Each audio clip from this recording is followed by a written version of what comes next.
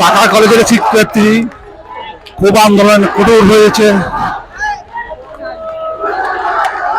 ছাত্রদের হামলার প্রতিবাদে আজ ঢাকা কলেজের শিক্ষার্থীরা বিক্ষোভ মিছিল।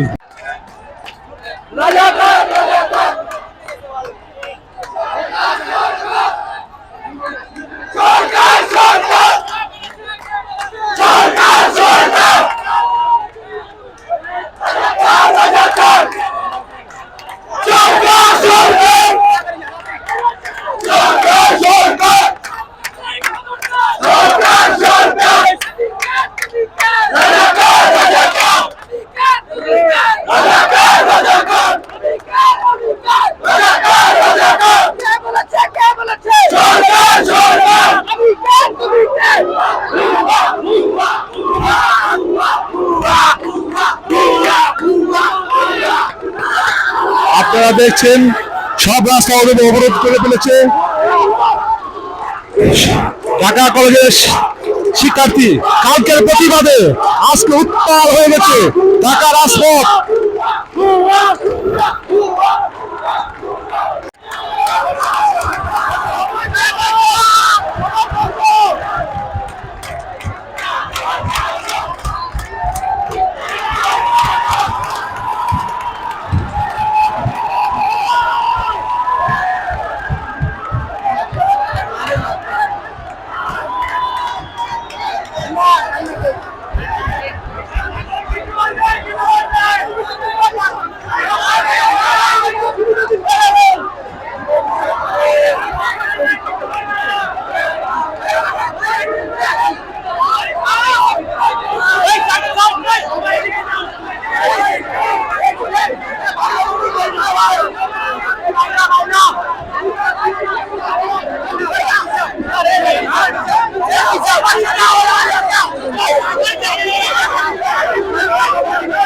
প্রতিবাদে গাড়ি টান দেওয়ার সময়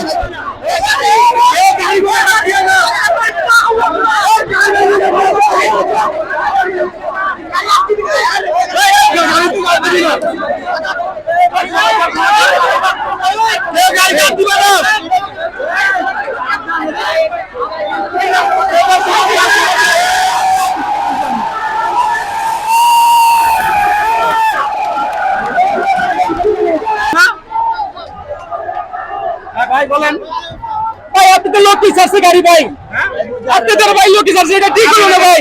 কালকে ঘোষণা দেওয়া ছিল ভাই, ওই ভাই ভাবছেন না ভাই, এবারে এদিকে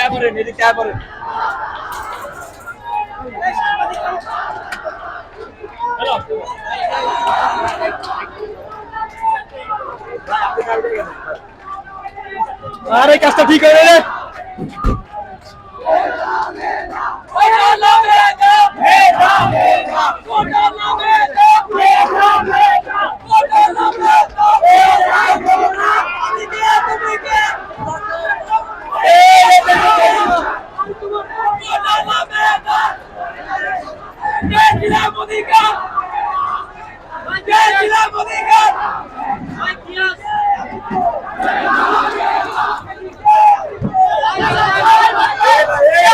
আজকে কঠোর আন্দোলন হচ্ছে, ঢাকা কলেজের ছাত্ররা কঠিন আন্দোলন করছে।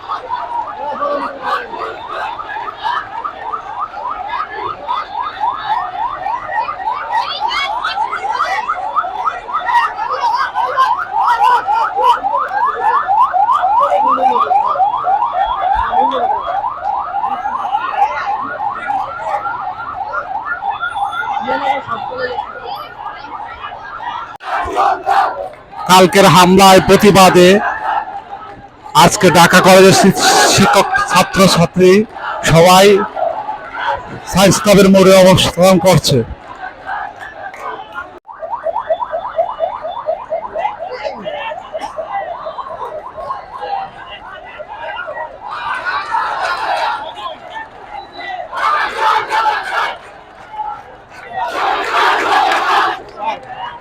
সরকার না মানে তাহলে কি করেন আপনারা? এটা সরকারের ব্যর্থতা, এছাড়া আর কিছু না। এতগুলো স্টুডেন্ট শুধু শুধু এখানে আন্দোলন করতেছে না, আন্দোলনটা করতেছে স্টুডেন্টদের জন্য। আজকে হোক বা 10 বছর পর স্টুডেন্টদেরই ভালো, দেশেরই ভালো হবে, অন্য কারো হবে না। ঠিক আছে, কি বলবো, এটা সরকারের সব ব্যর্থতা। কালকে রাতে আমি জাস্ট রাতে বলছিলাম, আমার বাসা হচ্ছে কাটাবনের ওখানে। ঢাকা বিশ্ববিদ্যালয়ের এরিয়া কি পরিমাণ চাকরি রিক্সা আপনাকে বুঝাইতে পারবো না। ওখানে আপনার এখন পুরো প্যানিকের অবস্থা, মানুষজন হাঁটতে পারতেছে না, ভয়ে আছি আমরা যে আমি কেন ওখান থেকে কেন আসছি আমি নিজেও জানি না, জাস্ট প্রোটেস্টের জন্য।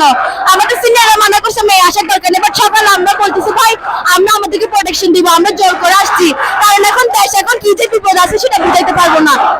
এই যে আমাদের পোলাপান দেখতেছেন, আমরা কিসের জন্য আন্দোলন করতেছি, আমাদের ফিউচারের জন্য। পুরো দেশ যদি কোটা হয় আমরা সাধারণ মানুষ যাবো কই? আমরা চাকরি করবো, আমাদের কোটা লাগবে, আমাদের একটা চাকরি লাগবে না?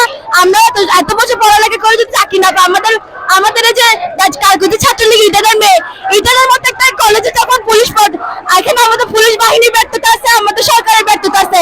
একজন সরকার প্রধান তার প্রধানমন্ত্রী চেয়ার থেকে বসে আমাদেরকে রাজাকার বলতে পারছে। ওনার আসলে সরকার থেকে চেয়ারে বসে থাকেন, ওনার তো পদত্যাগ করার। এখন যদি কেউ কোনো মুখ খুলে, এই যে আইমান সাদিক উনি এতদিন কিছু বলেন, এখন যখন প্রোটেস্ট করছে ওনাকে আপনার তথ্যমন্ত্রী থেকে আপনাকে স্টেট অফ বাংলাদেশ থেকে 5 কোটি টাকা আপনার ওনাকে দেয় নেই, ওটা কি বলে বিনিয়োগ। তাহলে এখন মুখ খুললে কোথায় আমাদের বাক স্বাধীনতা? আমরা 1971 সালে যেরকম ছিলাম এখন এই অবস্থা। আমাদের ভাগ্য হচ্ছে আমরা বাঙালি জাতি, ভাগ্যটা এতটা খারাপ।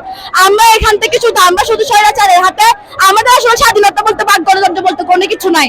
আমার চেয়ে ভারত ভালো আছে, তাদের একটা বাক স্বাধীনতা আছে, তারা যে কোনো কিছু চাইলে বলতে পারতেছে, তারা প্রোটেস্ট করতে পারতেছে। এখানে প্রোটেস্ট করলেও দোষ, কোনো কিছু মুখ খুললেও দোষ।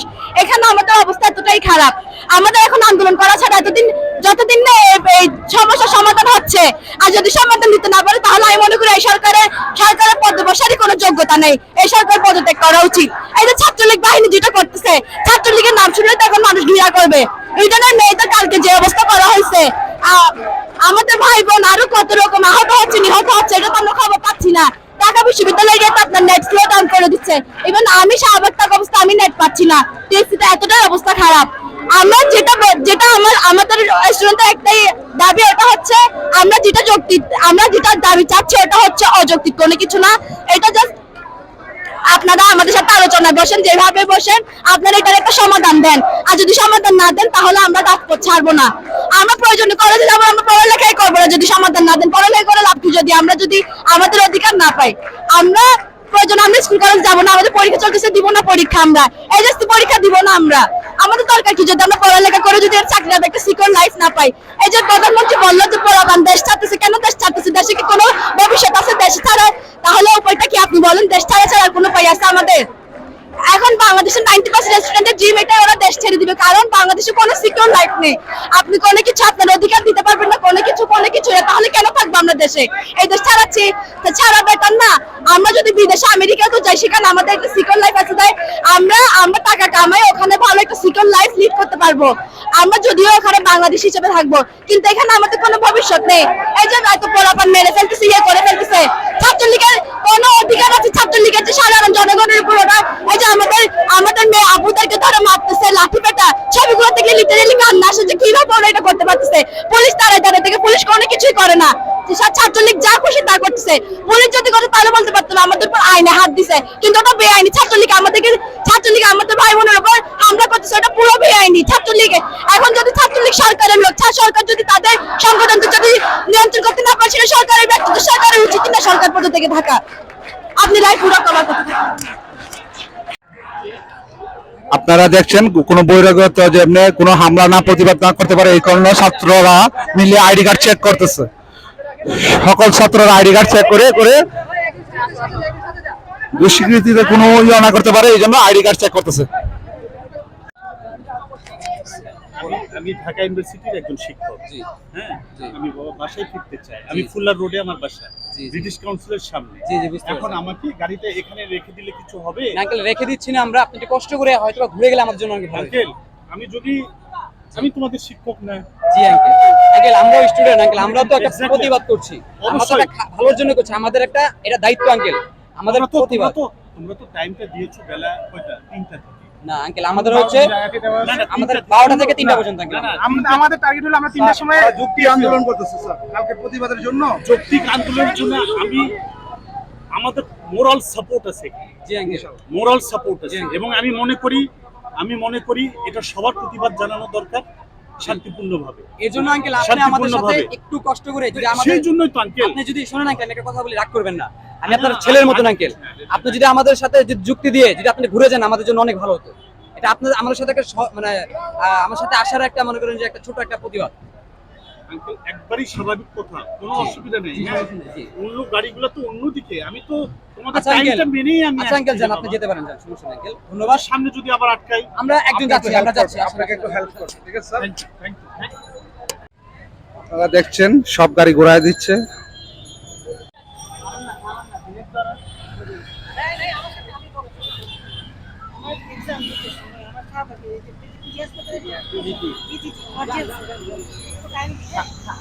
আমি একটু বললেন